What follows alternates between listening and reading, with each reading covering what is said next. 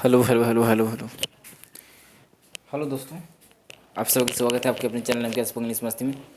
दोस्तों मैं हूं मितेश। आज आपको बताऊंगा रोल नंबर 38 के बारे में। ठीक है दोस्तों, आज चलो दोस्तों, आज माइंड में कुछ गा सॉन्ग नहीं आया तो नहीं गाएं, लेकिन आज हमको पढ़ाएंगे। ठीक है, चलिए आज आपको हम पढ़ाएंगे दोस्तों रोल नंबर 38 में। रोल नंबर 38 में आज हम बताएंगे अलाउ, अलाउ या लेट। ठीक है दोस्तों, ये दोनों का। ठीक है, अब देखिए अलाउ और लेट का इस्तेमाल कैसे होता है। एक्चुअली पहले आपको समझना है कि अलाउ और लेट का हिंदी में क्या होता है। अनुमति। क्या होता है दोस्तों? अनुमति, अनुमति देना। ठीक है, तो देखिए मैं आपको बताऊंगा दोस्तों, दो रूल बताऊंगा। Two rules I will tell you. First rule is that let say related, और दूसरा रूल होगा दोस्तों अलाउ से रिलेटेड। ठीक है, दोनों का थोड़ा सा रूल है, थोड़ा सा देखिए।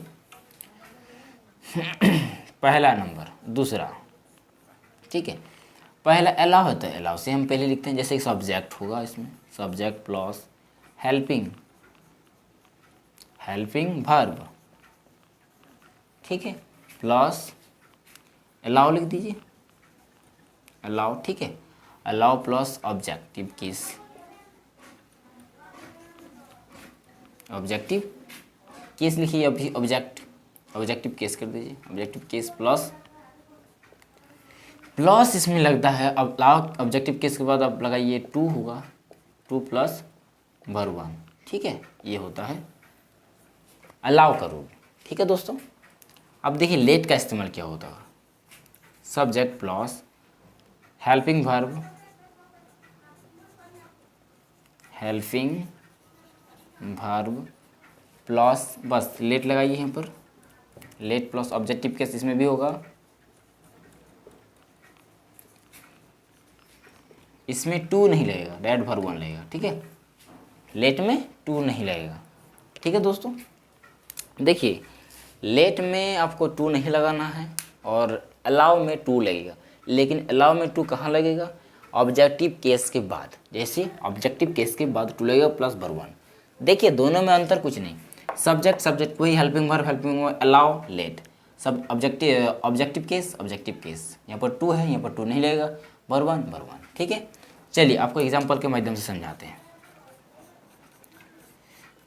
ठीक है, जैसे कि वह मुझे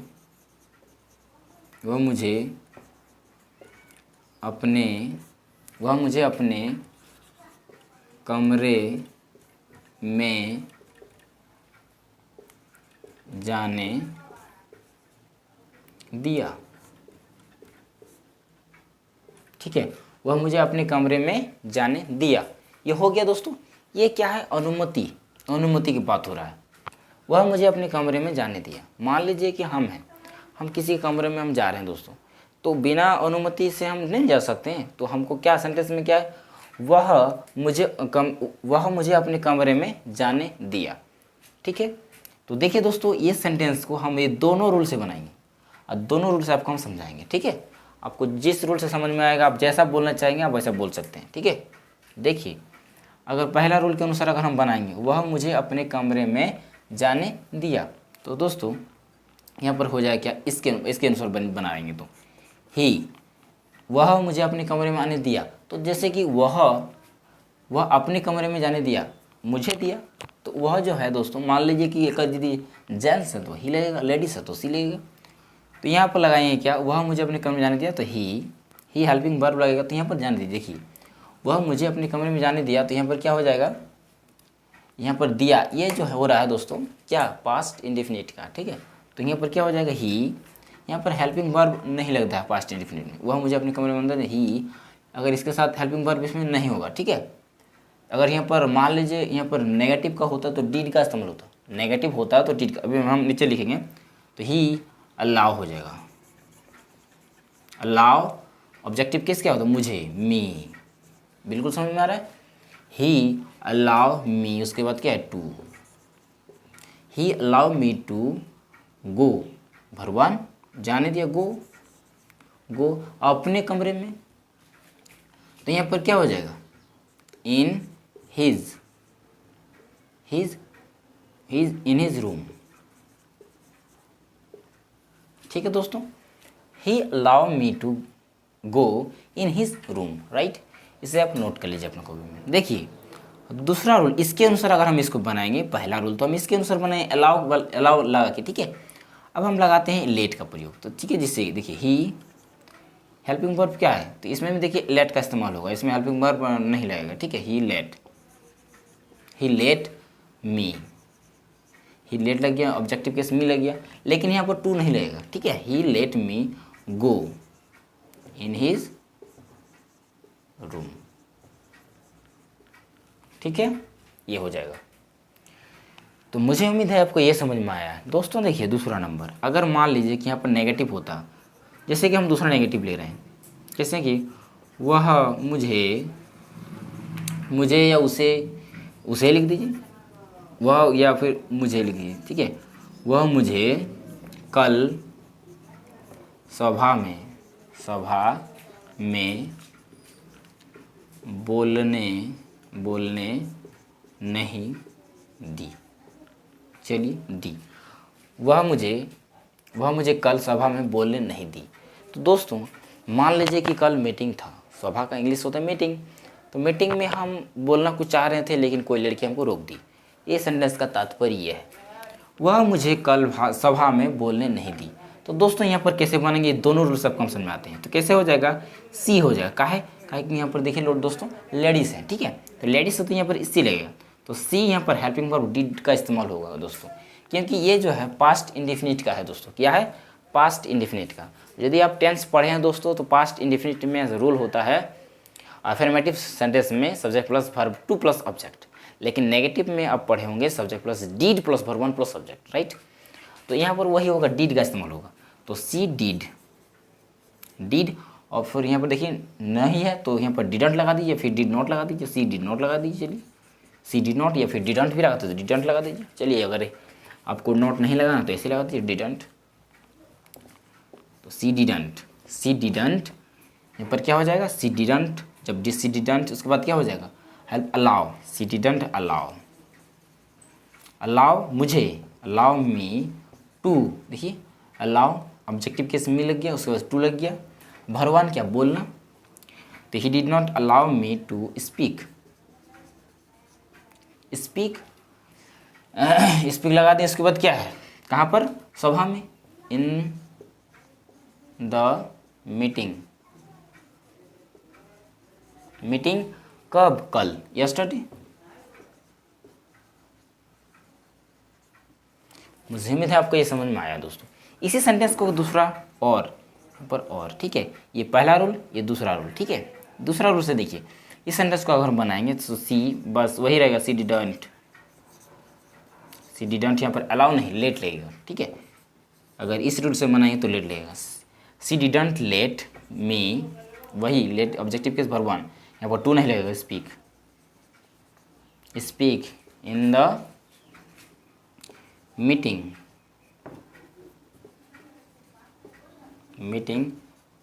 यस्टरडे। ठीक है दोस्तों, मुझे उम्मीद है आपको ये समझ में आया है। चलिए और कुछ एग्जांपल लेते हैं, आपको समझ में आते हैं, ठीक है। इसे साफ करते हैं, आप इस वीडियो को पॉज करके आप इसे नोट कर सकते हैं दोस्तों, ठीक है। चलिए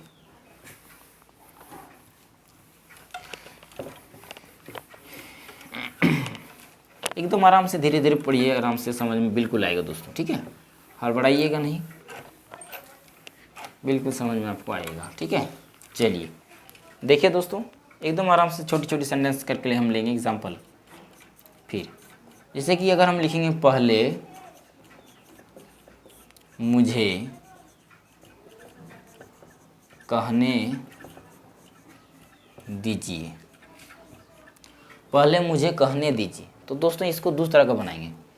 पहले लगाएंगे क्या, लेट, पहले अलाउ है तो अलाउ से पहले बनाते हैं दोस्तों, लेट नहीं लगाएंगे, ठीक है। चलिए तो यहाँ पर हो जाएगा अलाउ, ठीक है, अलाउ मी,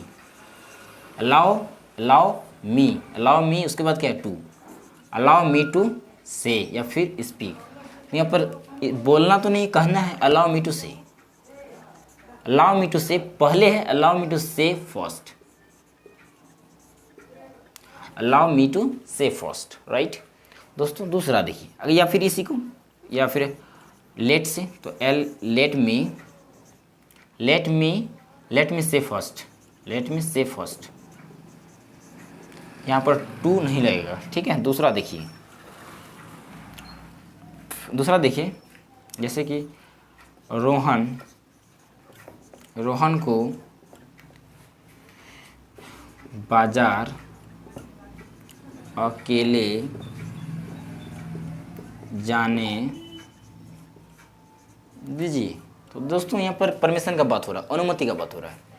तो यहाँ पर क्या है, रोहन को बाजार अकेले जाने दीजिए, तो अलाउ क्या हो जाएगा, अलाउ रोहन अलाउ रोहन, उसका टू, रोहन का ऑब्जेक्ट किस, रोहन होगा, allow Rohan to allow Rohan to go market, ठीक है दोस्तों, डबल टू नहीं लेगा। Allow Rohan to go market alone, ठीक है। क्या हो जाएगा, allow Rohan to go market alone. इसको ऐसे ही बना सकते हैं, लेट रोहन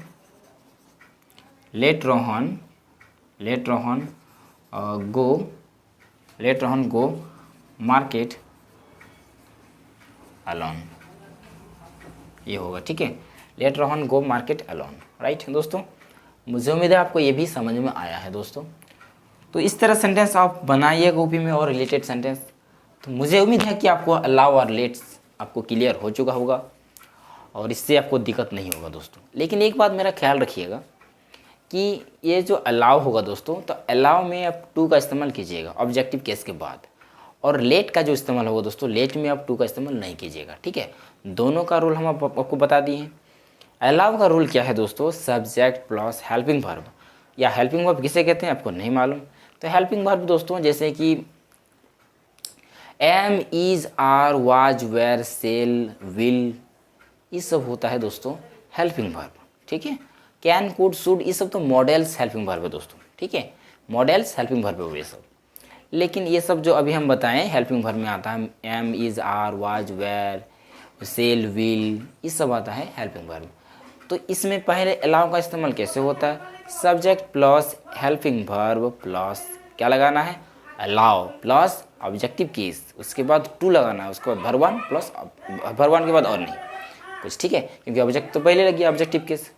अच्छा, लेट में क्या होता है, subject plus helping verb plus late plus objective case, लेकिन इसमें टू नहीं लगेगा, डायरेक्ट वर्ब वन लगेगा, ठीक है।